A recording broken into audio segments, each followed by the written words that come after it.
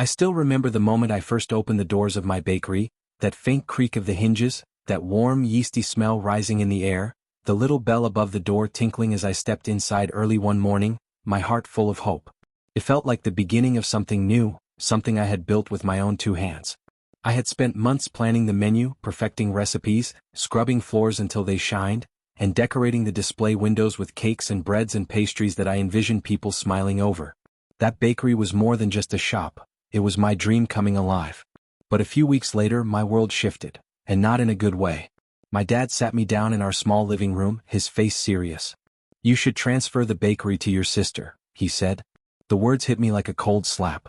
At first I thought he was joking. Transferring my bakery? I stared at him, heart pounding, waiting for him to say it was just a test. But his expression didn't soften. He repeated it, "She needs it more than you do." My brain froze for a moment, my stomach hollow. I wanted to laugh at the absurdity. I wanted to argue. I wanted to walk out. Instead I swallowed and asked, "Why?" He sighed as if carrying the weight of years and started talking about responsibility, sacrifice, and family duty. He reminded me how my sister had been struggling, how she had no job, how she was always borrowing money, how she had a small child of her own to feed. He painted it in soft, worried tones, like he was doing me a favor rather than crushing my dream. "You're lucky," he said, "you have other options. She doesn't." And in that moment I realized the demand wasn't about the bakery, it was about her survival, about making sure she didn't go without. The words felt hollow and heavy all at once. I left the room with that weight pressing on my chest. For days I couldn't eat properly. I wandered around the bakery during quiet hours, touching the counter, wiping crumbs from the floor, smelling the coffee beans roasting. Every hiss of the oven, every glow of the display case, it all reminded me of what I had built, what I had loved. And my dad, his voice echoed again, "She needs it more." At first I fought it. I considered telling him no, standing my ground for the bakery I had envisioned. I thought about how proud I was when the first customer walked in, the first smile over warm bread. I recalled the encouraging words of friends, "You're doing something great, you're doing something real." I thought about how I stayed late many nights, how I set alarms before dawn, how I watched every rupee come in and out. This bakery was my stepping stone, the thing I believed could turn into something bigger. But the more I tried to push back, the more I felt guilt creeping in. It was guilt and love tangled together. I remembered my sister's tired eyes, the invisible strain she carried. I remembered how she used to sit by the phone, waiting for a call that never came. I remembered the nights she whispered she was hungry but didn't admit it to anyone. And suddenly the bakery didn't feel like my bakery anymore in the same way. It felt like a resource, a lifeline, something that could change someone else's life. My dad's plea weighed on me heavily, and a strange empathy began to grow. Then came the night I made my choice. I walked back into the bakery's empty space after closing hours. The display windows were dark. The ovens were cold. For a moment I stood in the center, looking at the empty shelves, the chairs stacked up, the cash register closed for the day. I pictured someone else behind the counter, someone nervous, unsure, hopeful. Someone who needed this more than I did. My fingers traced the edge of the counter, and I silently exhaled. I thought about my sister's future. I thought about what the bakery could do for her, how it could give her stability, dignity, pride. And I decided to transfer everything to her. That night I told my dad I would do it. His eyes softened, relief washing over his face. My sister began to cry, not out of joy I think, but out of disbelief, confusion, maybe gratitude. I promised her I would help make the handover smooth. I promised to teach her everything, from kneading bread to balancing the cash register. I told her I'd be there at first, to help, to guide. She hugged me trembling and whispered, "Thank you." I didn't know then whether she meant for the bakery, or for the promise of a better life. For a few days things seemed quiet. The bakery had a new name on the door. She was behind the counter, placing pastries under glass, greeting customers nervously but smiling. I watched from the background, sometimes sweeping floors, other times helping with the books. She learned fast. But there was something unsettled still, like the bakery was holding its breath. I could feel that under the surface changes were waiting. I could sense that one wrong move, one mistake, one misunderstanding, could break the fragile balance we had built so carefully. Then, just when I thought maybe I did the right thing, something happened. I got a call late at night. The voice on the other end was shaky, urgent. My heart stopped. I heard it trembling, "You need to come right away." Without thinking, I grabbed my shoes, locked the door, and rushed into the dust-scented night. I didn't know what I was walking into. I only knew that the bakery, that simple dream of mine, had become somebody else's responsibility, and now, maybe, a burden. My gut told me I had stepped into something bigger than bread and sugar. Something that might change everything. I stood outside the bakery at midnight, lights off, and I could feel the weight of that decision pressing hard. My sister wasn't there. The quiet street echoed. I realized I was about to find out whether my act of sacrifice would bring relief, ruin, or redemption. I wasn't sure which, and I was scared. More than I had ever been when I had first opened those doors. Because now the stakes were higher, not just for me but for her, for our family, for what we believed hope could look like. And so, this is where our story begins. A bakery built with passion. A father's demand grounded in love. A sister's need wrapped in desperation. And me, caught between duty, dreams, and heart. What happens next? Will the bakery flourish under new hands? Will the promise of a better life come true? Or will the weight of expectation and responsibility crush everything? Join me in the next video as I reveal what really unfolded, and why that one decision changed all of us forever. I stood outside the bakery in the dark, my breath unsteady as I stared at the silent building. The streetlights flickered above me, casting long shadows across the sidewalk. For a moment I didn't move. I just listened, for footsteps, for a voice, for anything that would explain the shaky phone call that had pulled me out of bed. But there was nothing. Just that heavy midnight stillness, the kind that makes you wonder what you're about to step into. I reached for the door handle, hoping maybe my sister had simply stepped out for a minute, or maybe she had forgotten to turn off her phone and panicked over something small. But the door was locked and the inside was completely dark. I pressed my face slightly against the glass, trying to see if anything looked unusual, but all I could make out were the faint outlines of tables and the glimmer of the display case. It looked peaceful, too peaceful, like nothing had ever been wrong. And yet, in my chest, something twisted. I called her phone again. It rang once, twice, then went straight to voicemail. The same message she had recorded months ago when she had been hopeful, when things still felt full of possibility. Hearing her voice now made the silence feel even heavier. I tried my dad next, but he didn't answer either. That was strange, he never slept deeply. Even the slightest sound usually woke him. But now, nothing. I took a slow breath, trying to gather my thoughts, trying to make sense of what could have happened. The bakery had been running well, at least on the surface. Customers liked her. People admired how quickly she picked up the business. She had even started experimenting with new pastries, something she had been excited to show me. But beneath that, I knew she had been carrying stress, invisible, quiet, but real. She never said it directly, but I saw her hands shake sometimes when she counted money, or her eyes grow tired when she checked the expenses. I would catch her staring at the shelves when she thought no one was looking, as if she was trying to imagine what would happen if everything fell apart. Maybe tonight was about that. Maybe something had gone wrong. I walked around the corner of the building, checking the back door. It was cracked open. My heart jumped. My sister always locked both doors, she triple-checked them. For this one to be open meant someone had been here recently. I pushed it gently, the rusty metal scraping against the cement. The smell of flour, sugar, and stale heat drifted out. I stepped inside. It was dark, but I knew the layout well. I reached for the light switch, hesitated, then flicked it on. The kitchen lit up with a dull yellow glow. At first glance, everything looked normal. The mixers, the cooling racks, the counters wiped down from the evening cleanup. But then I noticed a single bowl sitting on the prep table, half filled with dough that hadn't risen. She never left unfinished dough. Her routine was strict: finish everything or throw it away. Something had interrupted her. I walked deeper inside, my footsteps echoing softly. I checked the office in the back. Papers were scattered across the desk. Invoices, receipts, supplier lists. But that wasn't the strange part. The strange part was the open envelope in the center, a letter half pulled out. I felt a chill as I reached for it. The handwriting wasn't familiar. And the tone of the first few lines was tense, urgent.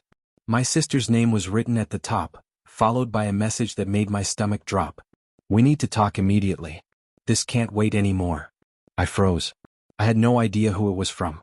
There was no signature, no stamp. Nothing. Just that one short message. My first thought was money. My second thought was even worse, a mistake she had tried to hide. Maybe something she didn't want to bring to me. Or couldn't. Before I could finish reading, my phone vibrated in my pocket. I jumped slightly and fumbled for it. It was a text message from an unknown number. Are you at the bakery? Don't call anyone else yet. My fingers tightened around the phone. I didn't know whether to answer or leave. My instincts screamed that something was wrong, but the message didn't give me enough to understand. I typed back, "Who is this? Where is my sister?" The message delivered, but no response came. I walked out of the office and back into the front area, pacing slowly, trying to figure out what steps to take next. Should I call the police? Should I go to my parents' house? Or stay here and wait? Every option felt wrong. Every option felt like walking blind. And deep down, a small voice whispered that whatever was happening had started long before tonight, long before the bakery changed hands. Maybe I had missed signs. Maybe there were conversations she hadn't told me about. Maybe there were debts, promises, threats. Maybe transferring the bakery had given her hope, or pressure. I never realized. I thought I was helping her. I thought I was saving her from her struggles. But now I wasn't sure if I had pushed her into something she couldn't handle. A sharp noise snapped me out of my thoughts. Something rattled near the front door. I turned quickly, heart pounding. The bell above the entrance shook lightly. Someone had touched the door, or tried to open it. I stepped closer, my breath shallow, expecting to see my sister or maybe our dad finally showing up. But through the glass, all I saw was the shape of someone walking away, disappearing into the shadows of the street before I could call out. I pushed open the door and stepped outside, scanning the quiet road. No footsteps. No voices. No movement. Just the fading echo of someone who clearly didn't want to be seen. I went back inside, locking the door behind me. The bakery felt colder now. Heavier. The kind of heavy that settles when secrets start pushing their way to the surface. I thought again about the letter, the unfinished dough, the shaky phone call, the message telling me not to involve anyone else. A story was starting to form, one I didn't understand but one that had already pulled me in too deep. And every instinct told me that whatever I found next would change everything again. I took a seat at one of the small tables, staring at the dark window where the unknown figure had stood. My mind kept replaying the last moments I had seen my sister. Her tired smile, her shaky hands, her whispered promise that everything would be okay. Maybe she had been lying. Maybe she had been trying to protect me. Or maybe she had been trying to protect herself. Either way, tonight was only the beginning. And the truth, whatever it was somewhere in this bakery waiting for me to uncover it. The bakery felt different the next morning, even though sunlight now streamed through the windows and customers passed by on the sidewalk like any normal day.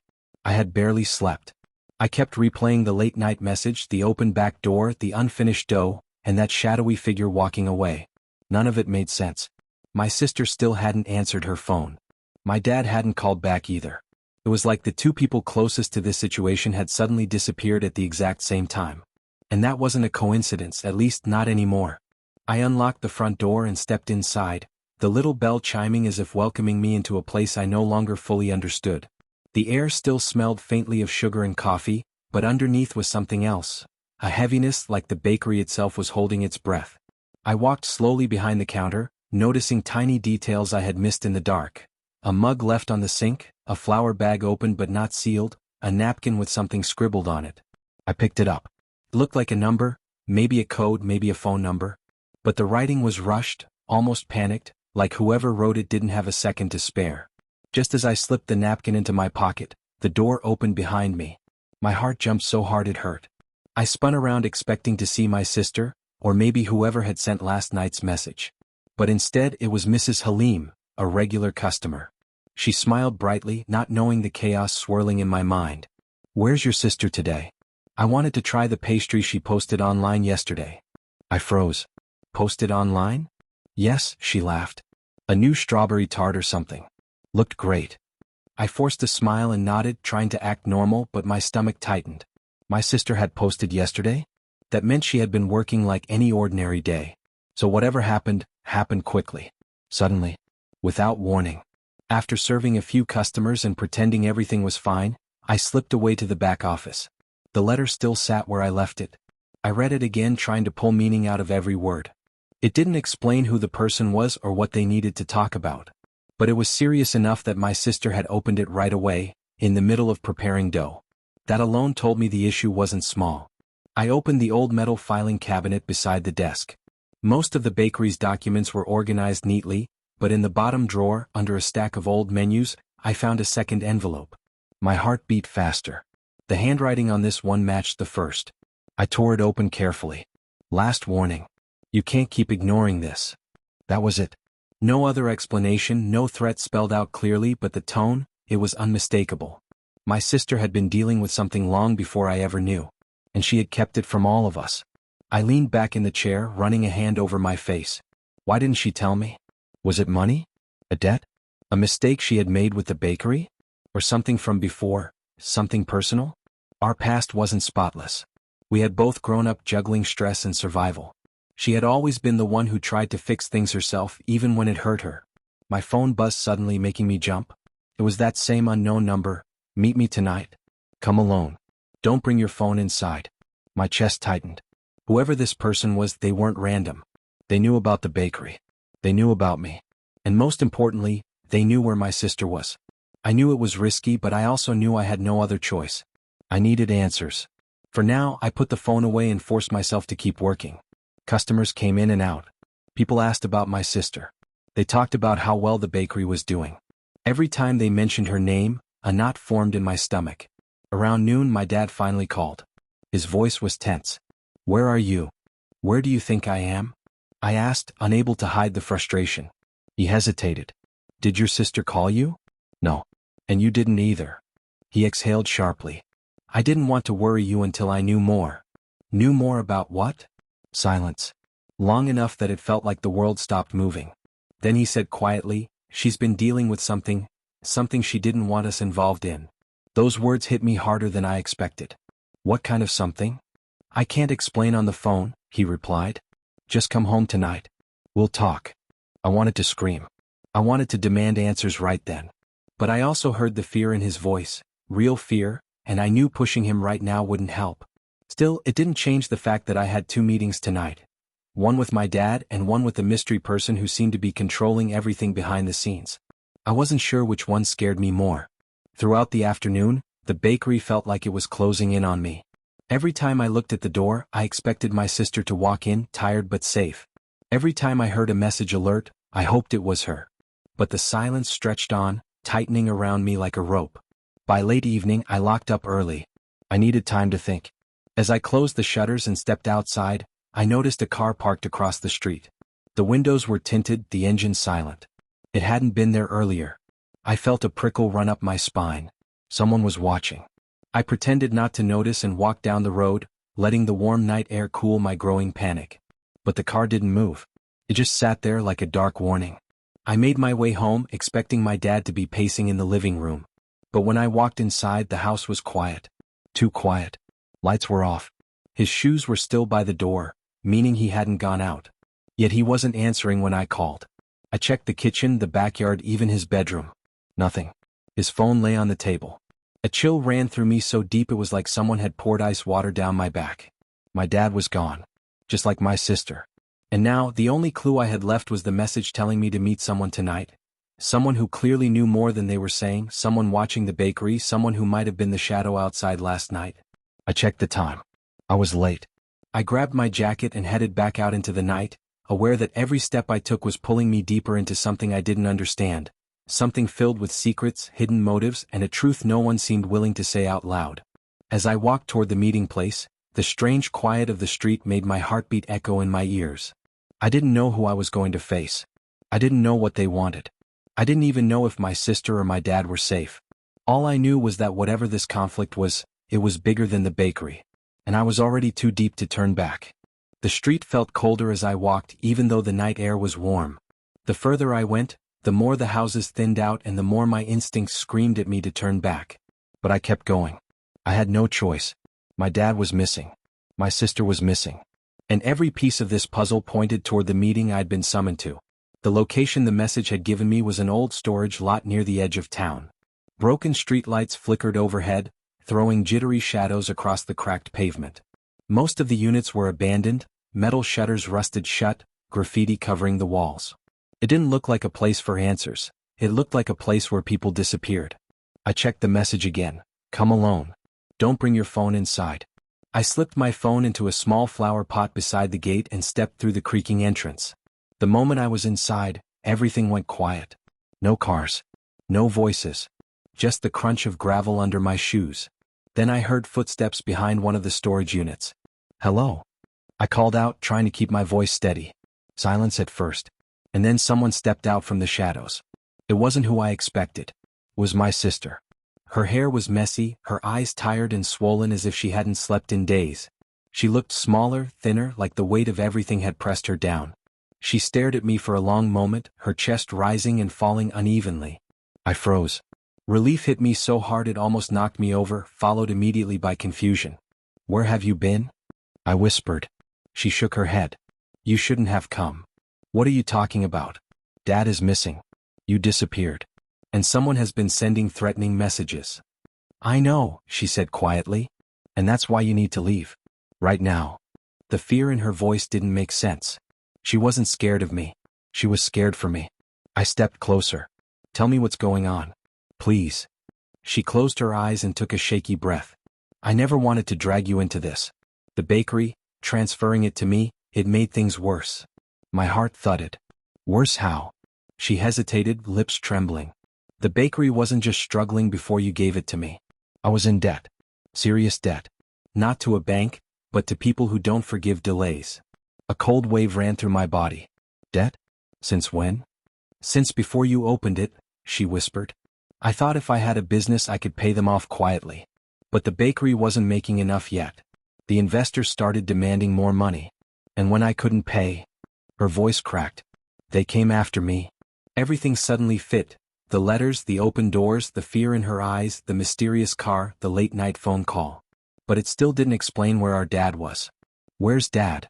I asked, trying to keep my tone calm. She swallowed hard. "He tried to help me. He met with them earlier tonight, but they didn't trust him. They think we're all hiding money somewhere. And they told me..." A loud metallic clang echoed through the lot, cutting her off. "Someone else was here." My sister's eyes widened. "They followed you," she whispered. Before I could react, 3 men stepped out from behind the units. Their faces were calm, their steps measured. Not rushed. Not panicked. Like this was routine. The one in the middle smiled faintly. "Good," he said. "The family is finally together." My sister stepped in front of me instinctively. "He has nothing to do with this," she said firmly. The man raised an eyebrow. "He does now." Every hair on my arm stood up. I scanned for an exit, but the men had blocked all paths. The leader looked at me with a gaze that felt too knowing. "You came because you care," he said. "Good. That will make this easier." "Where is my father?" I demanded. The man's smile thinned. "He's safe. For now." For now. Those 2 words nearly shattered me. I took a step forward. "Tell me what you want." He nodded slowly, almost kindly. "Your bakery has good potential. Better than your sister realized. But she didn't deliver. Now, since the ownership used to be yours and since you've shown such dedication, we've decided you will fix things." My stomach twisted. "Fix what?" "Everything she owes," he said simply. "And everything you now owe for ignoring our letters." "Letters?" Plural. "More than just the 2 I found." My sister gripped my arm. "No. He isn't part of this." The man raised his hand, silencing her. "He's part of it because you made him part of it. You involved him the moment you called him last night. And he came running, didn't he?" He turned to me again. "Families like yours always do." Rage boiled in my chest, hot and sharp. "This wasn't my doing." "No," he agreed. "But your actions have consequences. You transferred a business without knowing what it was tied to. And now, you will help settle it." The way he said it wasn't loud or angry, it was calm. Too calm. And that scared me more than shouting would have. Then he motioned to one of the other men, who stepped forward with a slim folder. He opened it and handed me a page. My eyes scanned the numbers and nearly stopped working. The debt wasn't small. It was life-changing. I felt my throat close. "This is impossible." "It would have been easier months ago," the man replied. "Before interest. Before delays. Before your father tried negotiating for you." My heart dropped. "What did you do to him?" The man shrugged casually. "He's fine. As long as you keep your end of things." My sister stepped closer, her voice cracking. "Please. I'll figure it out. Just leave him out of this." The man tilted his head. "You've already failed twice. We don't accept a third." The second plot twist hit me right then, sharper than a punch. This wasn't about the bakery anymore. It was about control. The bakery was just a convenient place. A business with steady cash flow. Something that could be used, manipulated, and squeezed. And they wanted me to run it for them. I stared at the leader, feeling the danger closing in around us. "What exactly do you expect me to do?" He smiled with quiet certainty. "You're smart. You'll figure it out. But you'll start tomorrow. You'll reopen the bakery. You'll go on like nothing is wrong. You'll earn. And we'll collect. And if I don't? His smile faded. Then your father won't be the only one who disappears. My sister let out a small broken sound. The world around me felt like it tilted. But I kept my face steady. I had to. For her. For my dad. For myself. The man took a step back into the shadows. Tomorrow, he said. Don't be late. One by one, the men disappeared into the darkness, leaving the lot silent again. I exhaled shakily, only realizing then how tightly my sister had been holding onto my arm. She looked up at me with desperate eyes. I'm sorry, she whispered. I never meant for this to happen. I put a hand on her shoulder, my mind racing with fear, anger, and a growing determination I didn't fully understand yet. Because now the stakes weren't just high. They were dangerous. And everything, the bakery, my family, our entire future, was hanging by a thread that could snap at any second. The real story wasn't about sacrifice anymore. It was about survival. The days that followed should have felt calmer, but instead everything around me grew heavier, like the calm before a storm I knew was still coming. Even though the bakery was doing better and people kept telling me I seemed stronger, there was this uneasy feeling in the back of my mind. Something wasn't right. Something was still waiting to break open. And no matter how hard I tried to ignore it, the tension kept rising with every new phone call, every unexpected message, every quiet moment when I finally stopped moving long enough to feel the weight of all the unfinished business.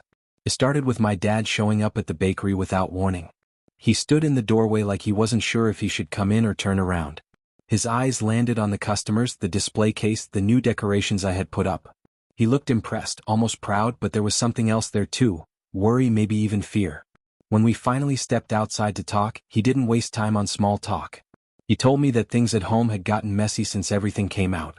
My sister was upset, my aunt was involved for some reason, and extended family members were calling him nonstop. Everyone had an opinion. Everyone had something to say. And he said he felt like he was losing control of the family entirely. I didn't know what he wanted me to say. For years, I had carried the burden of keeping everyone together, keeping the peace, keeping myself small so no one felt threatened. But not anymore. Still, hearing him talk about the house falling apart made me uneasy. It felt like a warning that the situation wasn't done unraveling, and soon enough, it would pull me back in whether I wanted it to or not. He mentioned money problems too, something about old debts, unspoken issues, things he never told me. And for a moment, I wondered if giving my sister the bakery had been his way of solving something deeper than I realized. That thought hit me hard. If there was more going on behind the scenes, it meant the entire conflict wasn't just about family favoritism. There were layers I hadn't seen yet, and I wasn't sure I was ready to face them. The tension grew even more when I got a message from my sister later that week. It wasn't a long message, just a short request asking if we could meet again. The words looked calm, but I knew her too well. She wasn't the type to reach out unless something serious was happening. And something about the tone, polite, almost formal, made my stomach twist. I agreed to meet, but the whole night I kept wondering if she was hiding something. The kind of something that could flip everything upside down. When we met, it became clear she wasn't telling me the full story. She kept glancing around nervously, playing with her hands, avoiding eye contact. She mentioned needing help, not with the bakery but with something else. Something big. She kept starting and stopping, like she wanted to say it but couldn't get the words out. And right when she looked like she was about to finally explain, she froze. Her eyes shifted behind me and she went quiet. I turned around and saw our dad standing near the entrance of the cafe, watching us with an expression I couldn't read. It wasn't anger. It wasn't sadness. It was something in between, tension mixed with urgency. Whatever my sister wanted to tell me, he clearly didn't want her to finish. That moment changed everything. My sister shut down instantly, and my dad tried to steer the conversation away from whatever secret she had almost revealed. They both acted strangely, exchanging looks I had never seen before. Suddenly I wasn't just dealing with family drama, I was dealing with something deeper, something they were both trying to keep from me. And that realization lit a fire inside my chest.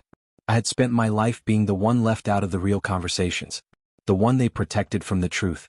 Or maybe the one they didn't trust with it. I wasn't sure which one hurt more. As the days passed, the tension inside the family grew so thick it felt like everyone was holding their breath. My dad kept hovering around, calling more often than usual. My sister kept avoiding eye contact whenever she saw me. Even relatives who never cared about our lives suddenly started asking questions. And each time I could feel the story twisting into something bigger than just the bakery. Then things escalated in a way I didn't expect. One night, right as I was closing the bakery, a car pulled up in front of the shop. I recognized the driver immediately, my aunt, the one who always sided with my sister no matter what. She got out of the car with papers in her hand and a look that told me she wasn't here for a friendly visit. She started talking fast, telling me that there were issues with the bakery's ownership, that there were decisions being made behind my back, that things were more complicated than I understood. She wouldn't give details, but everything she said hinted at something huge. Something that could change everything again. Something that could pull the bakery out from under me if I wasn't careful. And right in the middle of her explanation, she said something that sent chills down my spine. Your dad should have told you the truth from the beginning. The truth. There it was again. The thing everyone kept dancing around. I asked her what she meant, but she backed off immediately, like she had already said too much. She told me to talk to my father and drove away before I could ask anything else. I stood outside the bakery, frozen, trying to process what I had just heard. The street lights flickered, the breeze was cold, and for the first time I felt genuinely scared, not because of what they had done but because of what they were still hiding. The next day things got even stranger. My dad showed up again, but this time he looked almost panicked. He asked if we could talk privately. His voice was shaky, his hands unsteady. I had never seen him like that, not even during the worst arguments we'd had in the past. And when we finally sat down, he took a deep breath, like he was preparing to drop something heavy. He said, "There's something I should have told you a long time ago." My heart stopped for a second. Everything I had been feeling, the tension, the secrecy, the strange behavior from everyone, came crashing together. I could feel the story reaching its breaking point, like all the unanswered questions were about to collide into one final truth. But before he could say it, before he could reveal what everyone had been hiding from me, the bakery door opened. My sister walked in. Her face was pale, her expression shaken, and her eyes were filled with something I had never seen before. Fear. She looked at me, then at our father, and said, "We can't avoid this anymore. She needs to know." And just like that, everything, every lie, every secret, every moment they tried to protect me or use me, was seconds away from exploding. And I had no idea what was coming next. The moment those men disappeared into the darkness, everything inside me shifted. Fear was still there, but it wasn't the kind that froze me anymore. It was sharper now, focused. I knew I couldn't keep playing along with them. I also knew I couldn't walk away. Not with my dad missing. Not with my sister breaking down next to me. And not after realizing the bakery, the place I had poured my dreams into, had become a trap. My sister and I walked out of the storage lot quietly, scanning the street to make sure we weren't being followed. She kept whispering, "I'm sorry," over and over, but I squeezed her hand and finally said, "Don't apologize. We deal with this now. Together." When we got home, the house still felt cold and empty. But instead of letting the fear take over, I began searching every corner, looking for anything my dad might have left behind. That's when I noticed something strange. His old laptop was missing. My dad never touched it. It just sat on a shelf collecting dust. But now it was gone. My sister frowned. Why would he take that?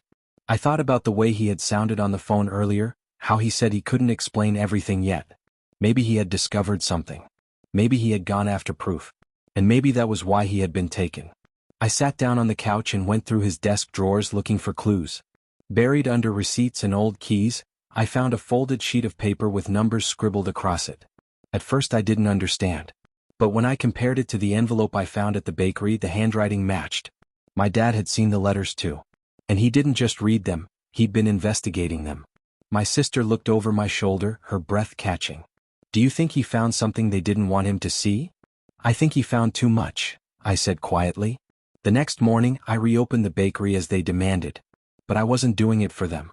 I needed to look through every document, every laptop, every drawer.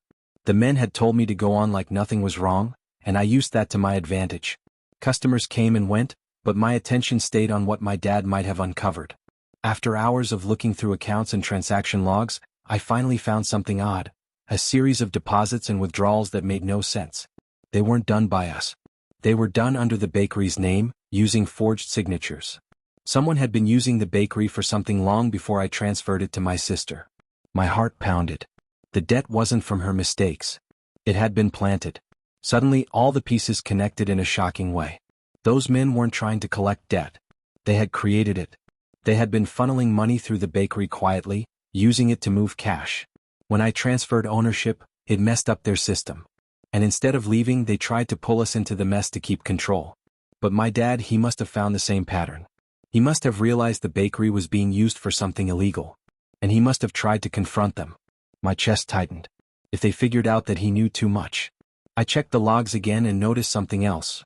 The last suspicious transaction happened the night before my dad disappeared. And it involved the storage lot where they'd told me to meet them. That meant he had been there. I grabbed my jacket and rushed out, my sister right behind me. When we reached the lot, the place looked empty again, but I knew better. We searched around the back, pushing through old crates and rusted barrels. My sister gasped first. Behind one of the storage units, lying on the ground, was my dad's missing laptop, cracked open but still working. My hands shook as I pressed the power button. The screen flickered on, showing a video file saved on the desktop. I clicked it. The clip opened with grainy security footage of the bakery, specifically the office. A shadowy figure was going through the drawers, stuffing documents into a bag. Then another angle showed them meeting with one of the men from the storage lot. It was clear evidence that someone inside the bakery had been working with them long before we knew. But the twist hit harder than anything so far. The inside man wasn't a stranger. It was our cousin Malik, the one who had been offering to help with the business, the one who always asked about the bakery's earnings, the one who had suddenly stopped visiting a month ago. My sister covered her mouth, stunned. No, he wouldn't. But the footage didn't lie. He was the one forging documents. He was the one who pulled the bakery into their operation. He was the reason my sister got caught in something she couldn't escape. And he was the reason the men came after our dad. Before I could process it fully, I heard footsteps behind us. We spun around. Malik stood there, breathing hard, his face twisted with something between guilt and anger. "You shouldn't have found that," he said quietly. My sister stepped back, trembling. "What did you do?" He rubbed his forehead like he was frustrated. "I didn't mean for it to go this far. I just needed extra cash. They said it would be easy. Just paperwork. Just numbers. I didn't know they'd drag all of you in." "You let them take Dad," I said, my voice shaking with rage. Malik flinched. "I didn't have a choice. He wouldn't stop digging. They said he'd be safe if I left town for a while so they could handle it. I didn't think they'd actually..." Before he could finish, loud voices echoed from the lot entrance. The three men had returned. But this time they weren't calm. They looked rushed, tense, whispering into their phones like something had gone wrong. The leader spotted the laptop in my hands, and Malik standing with us, and his expression changed instantly. "You were supposed to get rid of that," he snapped at Malik. Malik froze. "I was going to." "You failed." Two of the men grabbed him before he could run. Malik shouted, trying to break free, but it was too late. They dragged him toward a van parked near the gate. Then the leader turned to us. "You weren't supposed to see that file." My sister gripped my arm, holding her breath. I thought he was going to come after us next. But suddenly, police sirens exploded from the street behind the lot. Red and blue lights flashed over the walls.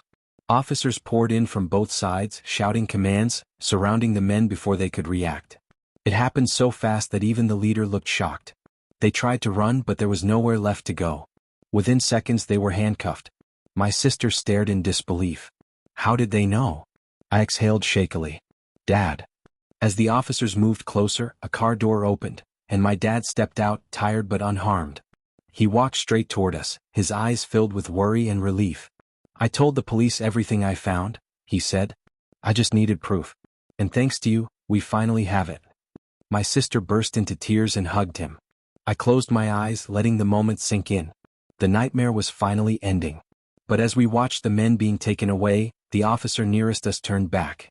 "We recovered more evidence inside the van," he said. "And it seems the bakery wasn't the only business being used." I frowned. "What do you mean?" The officer sighed. "Whoever was behind this wasn't just working locally. This operation is much bigger than any of you knew. And the real person running it hasn't been caught yet." My stomach dropped. The leader of the group glared at us as he was pushed into the police car. And then he smiled, a calm, chilling smile. Something told me this story wasn't over. Not yet. Everything felt strangely quiet after the storm that had been my life for the last few weeks. The truth was out. My dad had been using me as a backup plan, my sister had been using the bakery as her personal safety net, and all the pieces that never made sense finally fell into place. But even after the climax, after the heated confrontations, the emotional reveals, and the final twist where my sister confessed she never even wanted the bakery in the first place, I still had to deal with everything left behind. And honestly, that was the hardest part. Because once the noise fades, you're left with yourself, and that silence makes you face everything you avoided for years.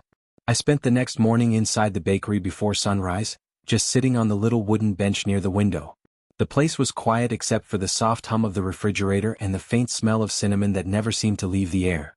I looked around at the walls I painted myself, the counter I built from scratch, the mixer I bought after saving for months. It felt peaceful again.